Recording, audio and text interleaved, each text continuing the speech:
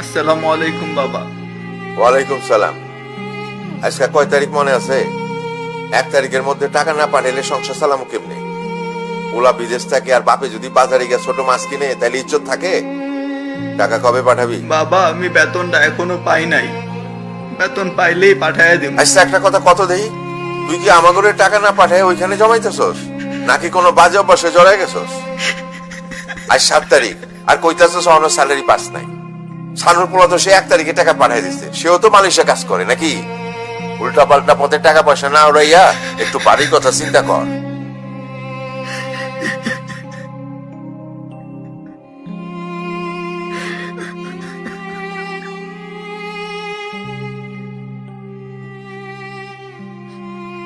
ব্যাপার না, এটা ধর লাগা।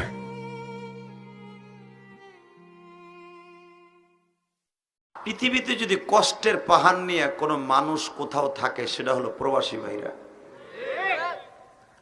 মনের ভিতর কষ্ট থাকে, চোখ ভরা পানি থাকে, পেট ভরা ক্ষুধা থাকে, তারপর সে প্রবাসে আসার পর সবাই ভুলে গেছে, কিন্তু এখনো মা ভুলেনি।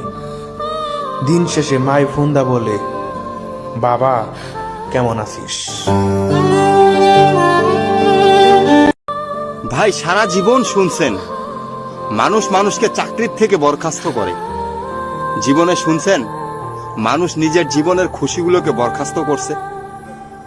আমরা যারা প্রবাসে আসছি তারাই তাদের জীবনের খুশিগুলোকে বরখাস্ত করছে, মা বাবার ভালোবাসাকে বরখাস্ত করছে, নিজের সুন্দর যৌবনটাকে বরখাস্ত করছে। যেই মানুষটাকে মন থেকে ভালোবাসতাম সেই মানুষটাকেও বরখাস্ত করছে। আমরাই সেই প্রবাসী।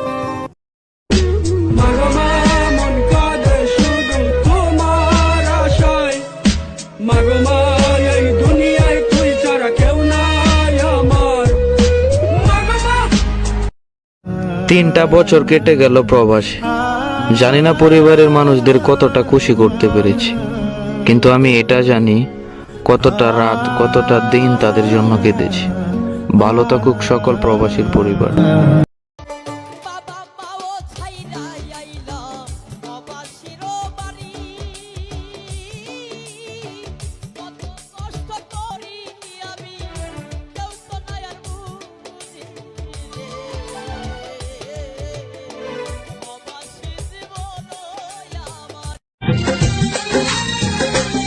আমি প্রবাসেতে হইলাম জিন্দালাশ, কাজের শেষে বাসায় ফিরে ফেলি দীর্ঘশ্বাস, এখন কষ্টের আগুন। যারা প্রবাসে আসার জন্য চিঠের মতো উঠতেছ না ভাই, আমাদের প্রবাসীদের একদিনের কষ্ট যদি ফিল করো ভাই, খোদার কসম এই প্রবাসের নাম আর লইবা না। প্রবাস জীবন তো কষ্ট যদি জানতাম। জীবন যৌবনের কথা না ভেবে চার দেয়ালের মাঝে লাইফটা কাটিয়ে দেওয়ার নামই হচ্ছে প্রবাস। আমার মা ফোন দিয়ে বলে, বাবা প্রবাসে বৃষ্টি হয় না। আর আমার মা ফোন দিয়ে বলে, বাবা প্রবাসে বৃষ্টি হয় না। আমি মাকে উত্তরে বলি, মা প্রবাসে বৃষ্টি হয়, তবে সে বৃষ্টি সবাই দেখে না, একমাত্র একটা প্রবাসী ছেলে আর একটা প্রবাসী মেয়ে দেখে। ইচ্ছে করে জানতে আমি জিন্দা না কি লাশ, দোজখের অন্য নাম কি সুদূরে প্রবাস। বছর ধরে আসে বছর আমি গুনি দিন, আর বিদেশের মাটিতে খাটিতে খাটিতে, প্রবাসের মাটিতে খাটিতে খাটিতে জীবন যে চলে যায়, ও বন্ধু দেখার মানুষ নাই। আছে যারা দূর পরবাসে, আল্লাহ ছাড়া কেউ নাই পাশে। আল্লাহ তুমি রক্ষা করো, আল্লাহ তুমি রক্ষা করো, মানবকে বাঁচাও। হে আল্লাহ, তোমার কাছে আমার একটাই চাওয়া, এই করোনা ভাইরাস থেকে আমাদের সকল প্রবাসী ভাই বোনদেরকে হেফাজত করো। ও গো আল্লাহ,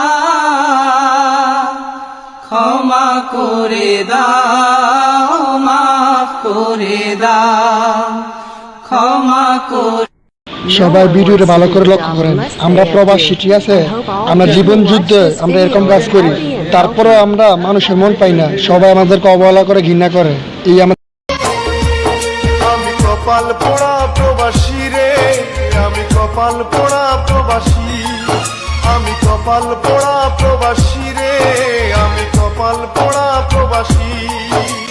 আমি যদি যাই গমরে বিদেশের মাটিতে, লাশটায় আমার পৌঁছে দিও আমার মায়েরই কোলেতে তোমরা, লাশটায় আমার পৌঁছে দিও আমার বাবারই কোলেতে।